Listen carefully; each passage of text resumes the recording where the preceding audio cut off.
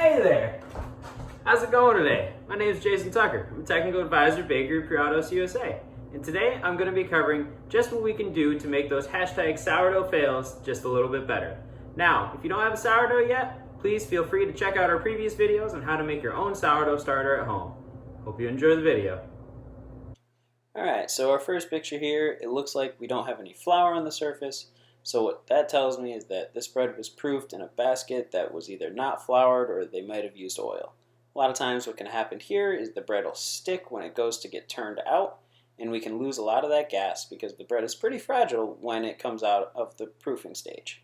So it's really important to use a cloth-lined basket with some flour on the surface so that the bread can release easily and come out nice and clean. Also, this will help dry out the surface so you get a little easier cut, and we might get a little more opening on this bread itself. The inside's a little dense, and I toned that to maybe sticking to the container when it was turned out, which resulted in the bread getting a little weak before it went to the oven.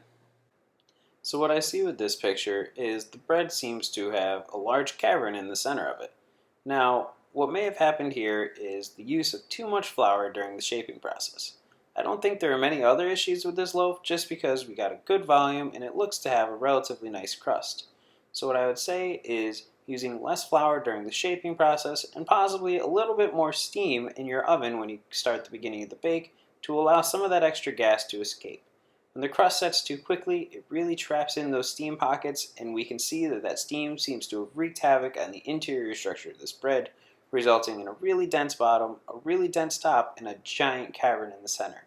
So again, just a little less flour during shaping, and this loaf could have been perfectly fine. So here we kind of have the opposite of what we saw in the last one. The last one we saw a whole lot of gas or a whole lot of air and not much crumb. This one we see some big air pockets, but it's a really dense crumb. To me, this bread was either vastly overproofed or was very underdeveloped at the beginning of the process. Either one of those things can result in what we see here. So being really diligent and making sure that you have a strong gluten development with a good gluten window at the beginning of the process, but also really paying attention to the product throughout the entire time that it's proofing to make sure that we're not going too far.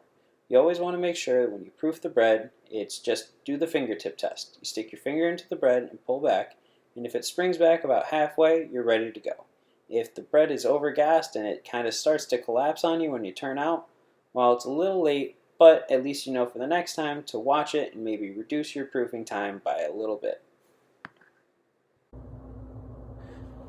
Hey, welcome back. Well, I hope you learned a little bit about the sourdough and what we can do to make our hashtag sourdough fails just a little bit better next time. Now please, as you continue to make your stuff at home, put up the hashtag sourdough difference as Puratos is donating $1 to the Ronald McDonald House charity for every hashtag sourdough difference. Have a great day.